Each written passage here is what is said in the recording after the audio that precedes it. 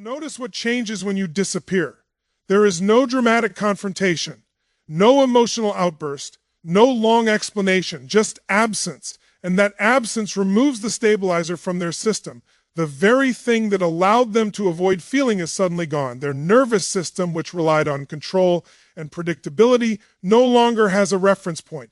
And when an avoidant loses emotional control, the body reacts before the mind can rationalize it. That's why they feel restless.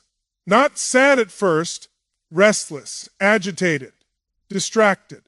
They can't focus. They check their phone without knowing why. Your name floats into their mind at inconvenient moments. This isn't nostalgia yet. It's physiological. The system is dysregulated. The familiar rhythm, engage, withdraw, return, has been broken, and the body hates broken patterns. Here's the part most people don't understand. Avoidants don't fear intimacy as much as they fear emotional dependency, and your silence creates the possibility of dependence without permission. Suddenly, they feel the absence of something they didn't know they were relying on. That's destabilizing because it forces a realization they've spent a lifetime avoiding. I needed this more than I admitted. When you were present, they could control the narrative.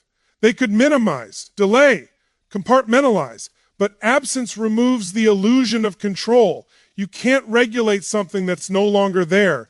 You can't distance yourself from a void. And so the emotions they suppress don't explode. They leak slowly, quietly. In moments of stillness they're not used to tolerating. This is why your silence is so loud to them, not because you're punishing them, but because you stop buffering them from themselves. You're no longer absorbing the emotional weight they refuse to carry, and now they have to feel it. Not all at once, but enough to make them uncomfortable, enough to make them reflect, enough to crack the emotional armor they built to survive, not to love. And here's where the power truly is. This isn't something you owe to them. It's something that happens because you finally chose self-respect over emotional labor. You didn't disappear to provoke, you disappeared to preserve. And that decision shifts the entire dynamic. They are left alone with the one thing avoidants struggle with most: unresolved emotion without an escape route. So, if you're wondering why your absence feels heavier than any argument ever did, understand this. Presence allowed them to avoid. Absence forces them to confront. And when someone has spent their whole life running from feeling, being forced to sit with it is the most powerful wake-up call there is. Sometimes the strongest move isn't saying more, it's removing what made their avoidance comfortable. Now let's go one layer deeper, because this is where the real psychological shift happens. And it's the part most people completely misunderstand. Avoidants don't respond to emotional explanations. They don't change because of conversations, promises, or ultimatums. They change when reality removes their safety net. And that safety net, whether you realize it or not, was your continued availability. As long as you were still there in some form, texting, explaining, waiting, leaving the door cracked open, you existed in their mind as something unfinished. And unfinished things don't create urgency. They create delay. The avoidant nervous system is wired to believe, I'll deal with this later. Later feels safe. Later feels controlled. Later allows them to stay detached without consequences. But absence changes the psychological math. When you go quiet without theatrics, something crucial registers in their subconscious. This isn't a pause. This might be an ending. And avoidants only feel the weight of loss when it stops feeling reversible. The moment your absence feels final, the emotional clock they've been postponing starts ticking. This is when the internal dialogue turns inward, not toward you, but toward themselves. They begin replaying moments not to relive intimacy, but to check for damage. Did I misjudge this? Did I push too far? Did I assume too much time? These questions don't come from romance at first, they come from threat detection. The threat is not rejection. The threat is losing control over the timeline. Because control is the avoidance real attachment language. When they can choose when to engage and when to disappear, they feel powerful. But your absence removes choice. It introduces a consequence they can't manage emotionally: finality. And finality is terrifying to someone who survives by keeping exits open. You didn't slam the door, you simply walked away. And that's far more destabilizing. Here's the paradox. The avoidant fears engulfment, but they fear irrelevance even more.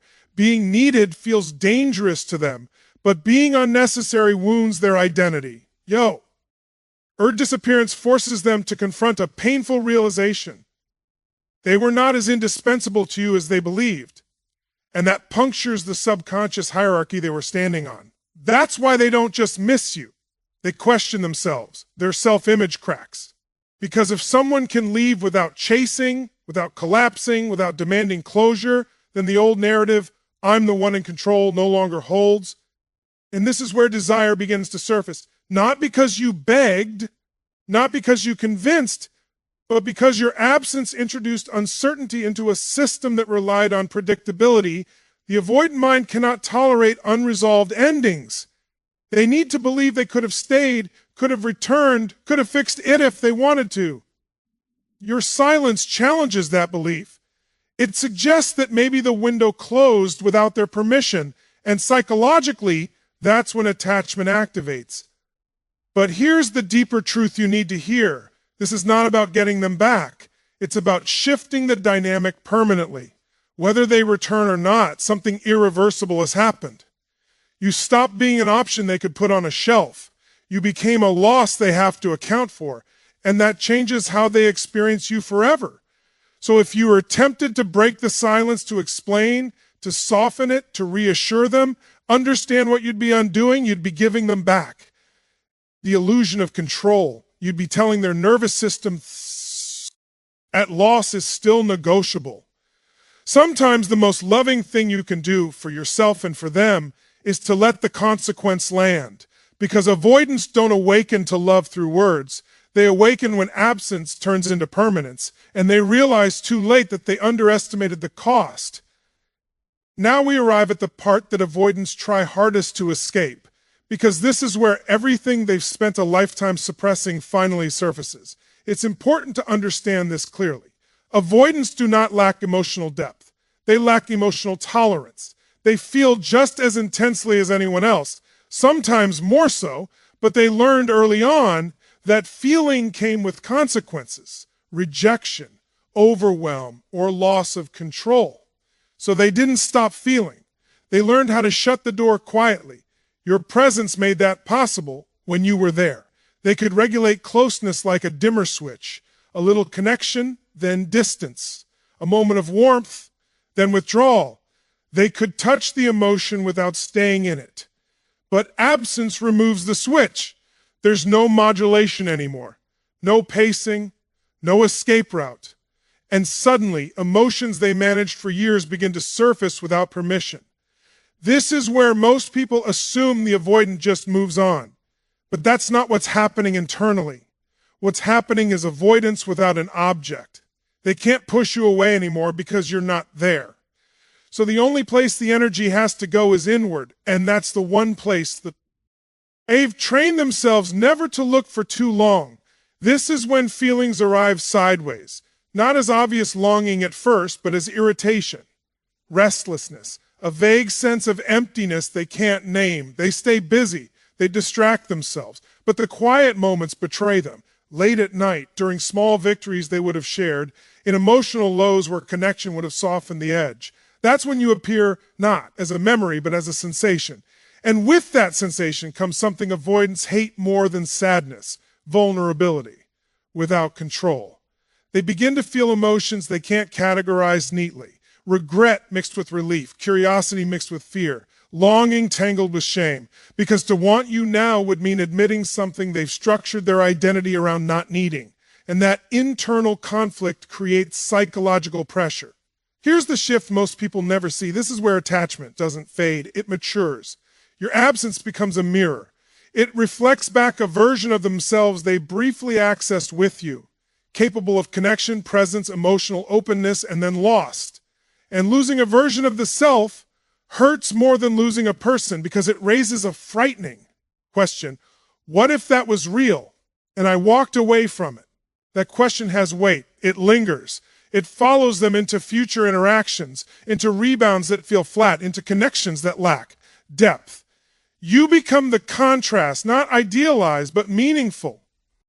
And meaning is dangerous to an avoidant because meaning requires engagement. It demands honesty. It asks for growth. And this is where shame enters. Not toxic shame, but existential shame. The quiet awareness that they sabotaged something because they didn't know how to stay. This isn't about punishment, it's about exposure.